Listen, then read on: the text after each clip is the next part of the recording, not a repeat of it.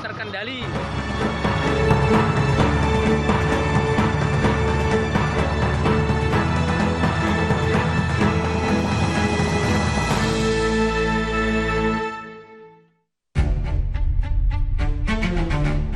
Kejaksaan Agung menetapkan bekas Menteri Pendidikan, Kebudayaan, Riset, dan Teknologi Nadiem Makarim sebagai tersangka korupsi kasus Chromebook. Lantas, bagaimana sebenarnya kasus korupsi dalam pengadaan laptop Chromebook pada program digitalisasi pendidikan Kemendikbudristek tahun 2019-2022 itu? Kejagung menjadikan Nadiem tersangka karena selaku Mendikbudristek pada Februari 2020 sempat bertemu dengan pihak Google Indonesia untuk membicarakan program Google for Education berupa sistem operasi Chromebook untuk peserta didik. Menurut Kejagung, ada beberapa pertemuan antara Nadiem dan pihak Google yang menyepakati bahwa produk dari Google yaitu Chrome OS dan Chrome Device Management (CDM) akan dibuat program pengadaan alat teknologi informasi dan komunikasi (TIK). Selanjutnya pada 6 Mei 2020, Nadiem mengadakan rapat bersama jajarannya dan memerintahkan agar dilaksanakan pengadaan TIK tahun 2020 sampai 2022 menggunakan sistem Chrome OS dari Google. Menurut Kejagung, dalam sejumlah rapat dengan jajaran birokrasi Kemendikbudristek, Juristan selaku staf khusus Nadiem meminta agar pengadaan TIK menggunakan sistem operasi Chromebook. Kejagung menetapkan Nadiem sebagai tersangka karena perannya memerintahkan agar sistem operasi Chromebook digunakan dalam pengadaan TIK. Selain itu, jajaran di bawah Nadiem di Kemendikbudristek mengunci spesifikasi teknis pengadaan TIK agar mengarah pada penggunaan Chromebook. Lalu di mana kerugian keuangan negara? Berdasarkan perhitungan Kejagung, ada keuntungan penyedia yang didapat dari harga yang tidak sah dalam proyek pengadaan ini dan negara dirugikan sebesar 1,9 triliun. Sementara menurut Nadiem, pengadaan laptop Chromebook telah sesuai aturan. Proyek tersebut, kata Nadiem, dibutuhkan untuk mendukung pembelajaran jarak jauh semasa pandemi COVID-19. Dia mengklaim sistem operasi Chromebook dipilih karena lebih murah 10-30% dibandingkan dengan sistem operasi lain. Chromebook juga dipilih karena memiliki fitur kontrol terhadap aplikasi untuk melindungi murid dan guru dari konten pornografi, judi daring, game, dan aplikasi yang tidak terkait dengan pendidikan. Menurut Nadiem, sistem operasi Chromebook juga gratis, sementara yang lain bisa berbayar 1,5 juta rupiah hingga 2,5 juta rupiah di luar harga laptop. Pengadaan laptop ini menurut pendiri Gojek tersebut sudah terbuka melalui mekanisme e-purchasing dengan sistem katalog elektronik e-katalog di sistem Lembaga Kebijakan Pengadaan Barang Jasa Pemerintah dan dalam prosesnya mengundang kejaksaan agar sesuai aturan. Pengacara Nadiem mengatakan jaksa tak menemukan Rp1 pun uang masuk ke kantong kliennya terkait proyek ini. Kini menarik melihat bagaimana proses pembuktian ke Kejagung di persidangan terhadap kasus korupsi Chromebook.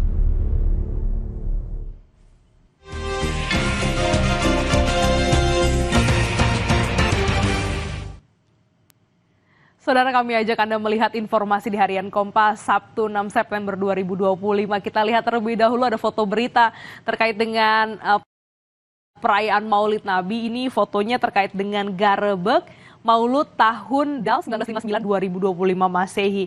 Ini merupakan visual abdi dalam mengusung gunungan Brahma dari Keraton Yogyakarta menuju Masjid Gede Kauman di Yogyakarta dalam tradisi Garebeg Maulud tahun 1959-2025 Masehi.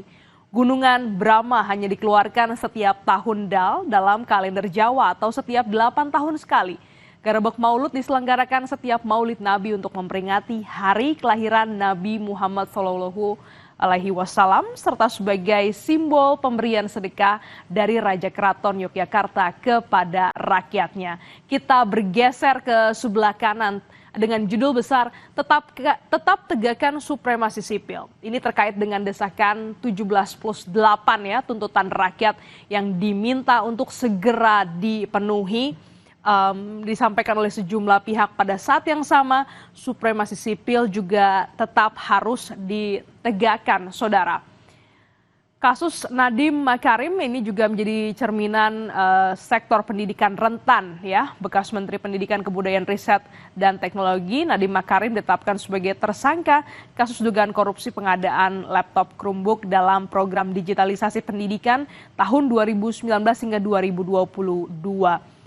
Nadiem Makarim diduga telah menyepakati dan memerintahkan penggunaan laptop Chromebook sebelum proses pengadaan dimulai.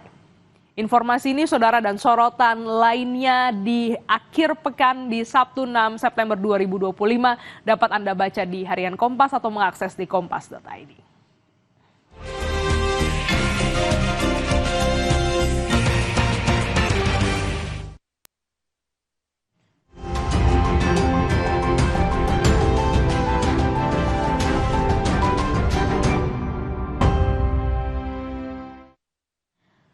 Saatnya kita simak situasi arus lalu lintas dari Simpang Gadok Bogor, Jawa Barat bersama petugas NTMC Polri, Brigadir Cici. Selamat pagi Brigadir Cici, silahkan dengan laporan Anda.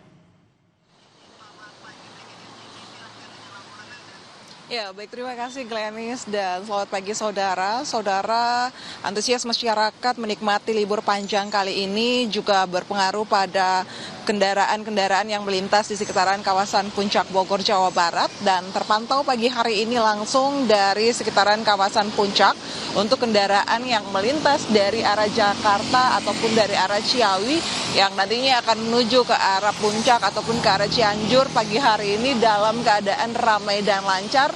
Memang terpantau dari laporan rekan-rekan di Satlantas Polres Bogor sendiri bahwa peningkatan jumlah volume arus kendaraan ini sudah mulai terlihat dari tanggal 4 September 2025 sampai dengan pagi hari ini pun kendaraan-kendaraan yang melintas masih terus berdatangan. Dan perlu kami informasikan bahwa memang kendaraan yang melintas pada sekitaran kawasan Bogor sendiri hingga saat ini didominasi oleh kendaraan-kendaraan berplat B atau kendaraan-kendaraan yang berdatangan dari arah Jakarta sendiri. Sedangkan untuk kendaraan dari arah sebaliknya, yakni dari arah Puncak yang nantinya akan keluar menuju ke arah Jakarta ataupun juga yang mengambil lajur sebelah kiri untuk berbelok ke arah Tajur ataupun Sukabumi, pagi hari ini juga masih dalam keadaan relatif lancar. Jika dibandingkan kendaraan yang akan naik ke Puncak Bogor ataupun yang akan turun ke arah Jakarta, lebih didominasi oleh kendaraan-kendaraan yang nantinya akan mengarah ke arah Jakarta sendiri. Untuk itu perlu kami himbau bagi para pengendara dan para pengemudi khususnya untuk selalu menyiapkan fisik kendaraan maupun fisik pengemudi demi menjaga keselamatan diri Anda pribadi. Pastikan kendaraan Anda dalam keadaan layak pakai. Dan juga ikuti selalu rekan-rekan kami petunjuk ataupun arahan bagi anggota Satlantas Polres Bogor sendiri yang sedang bertugas di lapangan. Dan perlu kami informasikan juga bahwa untuk sistem ganjil genap ataupun sistem one way yang akan diberlakukan bersifat situasional melihat kembali peningkatan jumlah volume arus kendaraan yang terjadi pada sekitaran kawasan ini sendiri.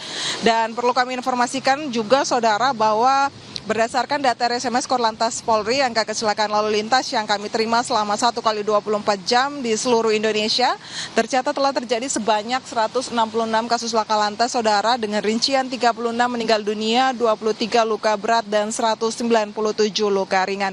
Dari 166 kasus laka lantas tersebut, 99% terjadi di jalan non-tol. Untuk itu kami terus mengingatkan bagi para pengendara agar selalu mengutamakan keselamatan diri Anda pribadi, tetapi juga keselamatan bersama di jalan. Tetap patuhi rambu lalu lintas dan selamat menikmati libur panjang kali ini. Dan untuk saudara yang ingin mengupdate terus informasi-informasi terkait arus lalu lintas, kami siap melayani Anda. Saudara dapat menghubungi call center kami di 15669, juga melalui SMS Center di 9119. Demikian Glenis yang dapat kami laporkan langsung dari kawasan Puncak Bogor, Jawa Barat, dan silakan kembali ke Anda di studio. Terima kasih Brigadir Cici atas laporan Anda. Selamat bertugas kembali.